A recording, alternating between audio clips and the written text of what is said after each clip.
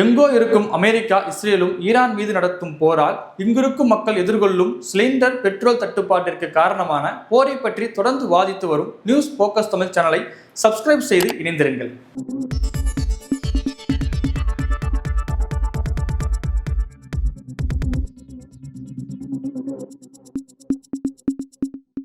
News focus Tamil நேயர்களுக்கு வணக்கம்.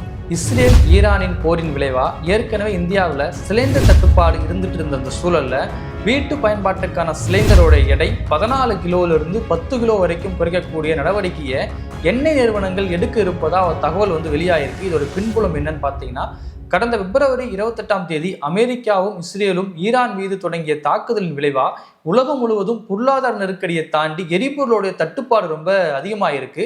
கடல் வர்த்தகத்தில் 20% வரைக்கும் நடைபெறக்கூடிய ஆர்மூஸ் நீரிணையை போர் தொடங்கிய சில நாட்கள்லேயே ஈரான் அரசு மூடியிருந்தது. இது மற்ற நாடுகளை தாண்டி இந்தியா பெருமளவு பாதிச்சதுன்னே சொல்லணும். ஏன் அப்படின்னா, இந்தியாவுடைய எரிசக்தி தேவையை அதிகமாக பூர்த்தி பண்ணியிருந்த நாடுகள் அப்படிங்கிறது வளைகுடா நாடுகள். அப்போ 60% வரைக்கும் எரிசக்தியை நாம் வளைகுடா நாடுகள்லேருந்து தான் வாங்கிட்டு இருந்தோம். அந்த வளைகுடா நாடுகள்லேருந்து வரக்கூடிய எரிசக்தி அப்படிங்கிறது இந்த ஆர்மூஸ் நீரிணை வழியாக தான் இந்தியாவுக்கு வரணும். அப்போ இந்த போர் தொடங்கப்பட்ட நாளிலிருந்து இந்த ஆர்மூஸ் நீரிணை மூடப்பட்டதுனால இந்தியாவுக்கு வர வேண்டிய சிலிண்டர் எரிவாயு பெரும்பளவு தடுக்கப்பட்டிருக்கு.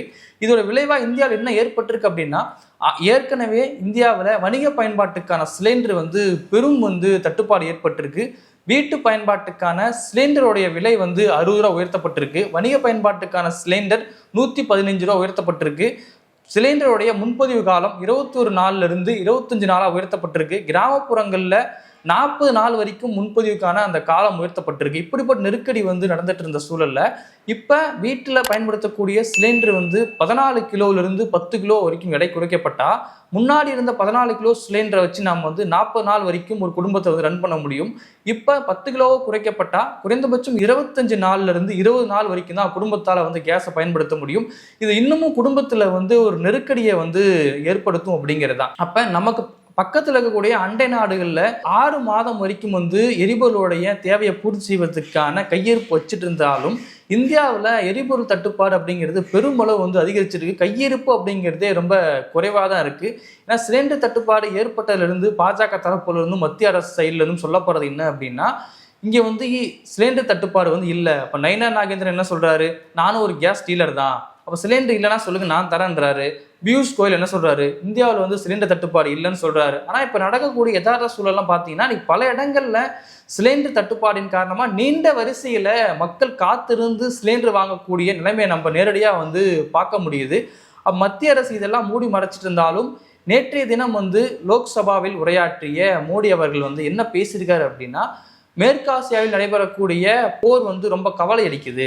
இதுக்கு முன்னாடி இந்தியா எதிர்கொண்டதை விட மிகப்பெரிய சவால் இந்தியாவுக்கு ஏற்பட்டிருக்கு. கொரோனா காலகட்டத்தை எப்படி எதிர்கொண்டோமோ அதே போல இந்த சவாலை எதிர்கொள்வோம் சொல்லி நேற்று லோக்சபாவில் உரையாற்றிய மோடி அவரோட பேச்சு அப்படிங்கிறது இந்தியாவில் சிலிண்டர் தட்டுப்பாடு அப்படிங்கிறது அதிகமாக இருக்கு அப்படிங்கிறத பார்க்கணும். இந்த சிலிண்டர் தட்டுப்பாடு ஏற்பட்ட போது மோடி அரசு எடுத்த நடவடிக்கை என்ன அப்படின்னா, வணிக பயன்பாட்டுக்கான சிலிண்டர் நாங்கள் குறைச்சிட்டு வீட்டு பயன்பாட்டுக்கான சிலிண்டர் நாங்கள் உயர்த்தோம்னு சொன்னாங்க.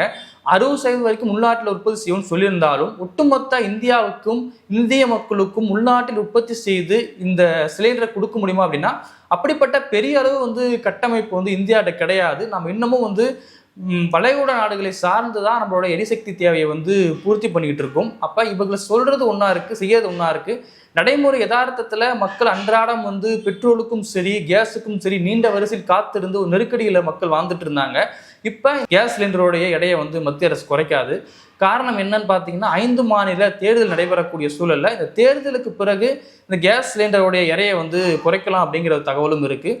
அதன் பிறகு எதிர்க்கட்சி தலைவரான ராகுல் காந்தி அவர்கள் என்ன சொல்லியிருக்காரு அப்படின்னா, இந்த 5 மாநில தேர்தலுக்கு பிறகு பெட்ரோல், டீசல், சமையல் எரிவாயு போன்ற எல்லாத்தோடைய விலையும் உயர்த்தப்படும் அப்படிங்கிற தகவல் பதிவு பண்ணியிருக்காரு. அது யதார்த்தமாக இருக்கக்கூடிய சூழலும் அதுதான். தேர்தல் வரைக்கும் மோடி அரசு அதை உயர்த்த மாட்டாங்க அப்படிங்கிறதா.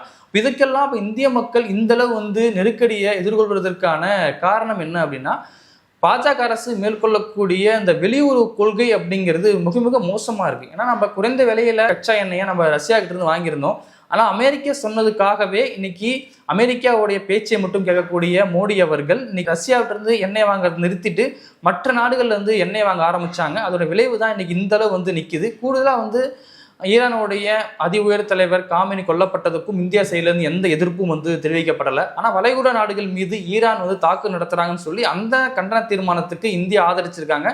அதையும் கண்டித்து மோடி அரசு பேசியிருக்காங்க. ஆனால் இந்த அளவு இப்போ இராணுவ தளவாடங்கள் தாக்கப்படுறதை தாண்டி இன்னைக்கு ஈரான் சரி, அதுக்கப்புறம் கத்தாரில் இருக்கக்கூடிய எண்ணெய் சுத்திகரிப்பு நிலையங்கள் மீது தாக்குதல் அதிகரிக்கப்பட்டிருக்கு. இந்த எண்ணெய் நிலையங்கள் மீதான தாக்குதல் அப்படிங்கிறது இன்னும் உலக மக்கள் எதிர்கொள்ளக்கூடிய நெருக்கடியை தீவிரமாக்கும். இது எல்லாத்தையும் நம்ம வச்சு பார்க்கும்போது என்ன தெரியுது அப்படின்னா, மோடி அரசுடைய தோல்வியான வெளியுறவு கொள்கைகளுடைய விளைவு தான் இன்னைக்கு இந்த அளவு இந்திய மக்கள் நெருக்கடியை எதிர்கொள்வதற்கான காரணம். கூடுதலாக என்ன அப்படின்னா, வெறும் கேஸ் சிலிண்டர் விலையோட நிற்க போறது இல்லை. இது மக்கள் பயன்படுத்தக்கூடிய அத்தியாவசிய பொருட்களுடைய விலையும் உயரக்கூடிய சூழல் இருக்கு.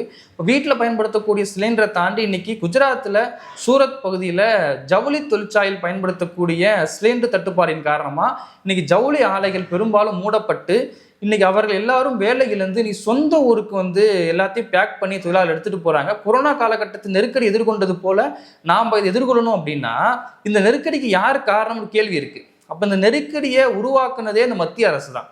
அப்போ அந்த நெருக்கடியை உருவாக்கிய மத்திய அரசை எதிர்கொள்ளணும் அப்படின்னா எதிர்கொள்வதற்கான திட்டம் மத்திய அரசு என்னங்கிறது தான் கேள்வி. அப்போ நெருக்கடி சமாளிக்கிறது உங்கள்கிட்ட எந்த திட்டமே கிடையாது. கொரோனா காலகட்டத்தில் எப்படி நீ மாநில அரசின் மீது பழிய போட்டீங்களோ, மக்கள் மீது உடனடியான ஊரடங்கு அமல்படுத்தப்பட்டு நெருக்கடி உள்ளாக்கியங்களோ, அதே போல இந்த வெளியுறவு கொள்கையோடைய தோல்வியின் விளைவா மிகப்பெரிய ஒரு நெருக்கடியை மக்கள் சந்திக்கக்கூடிய நிலைக்கு வந்தது அப்படிங்கிறதே இந்த மோடி அரசு தான். அப்போ நீங்க இன்னைக்கு லோக்சபாவில் வெளிப்படுத்திருக்க கருத்து அப்படிங்கிறது இந்தியாவில் சிலிண்டர் தட்டுப்பாடு அதிகரிச்சிருக்குது அப்படிங்கிறத ஓப்பனா நீங்க ஒத்துக்கிட்டீங்க அப்படிங்கிறது தான். அப்போ இதுல என்ன தெரியுது அப்படின்னா, இந்த தோல்வியை மறைப்பதற்கு என்னதான் அவர்கள் பொய்க்கதையை கட்டவிழ்த்து விட்டாலும் உண்மை யதார்த்த நிலை அப்படிங்கிறது வேறா இருக்கு. நெருக்கடி ஓப்பனா இருக்கிறது அம்பலப்பட்டு நிற்குது இன்னைக்கு. அப்போ இது போல இன்னும் தொடர்ச்சியா என்னென்ன நடக்க போகுது அப்படிங்கிறத நம்ம பொறுத்து இருந்து தான் பார்க்க வேண்டியது இருக்கு.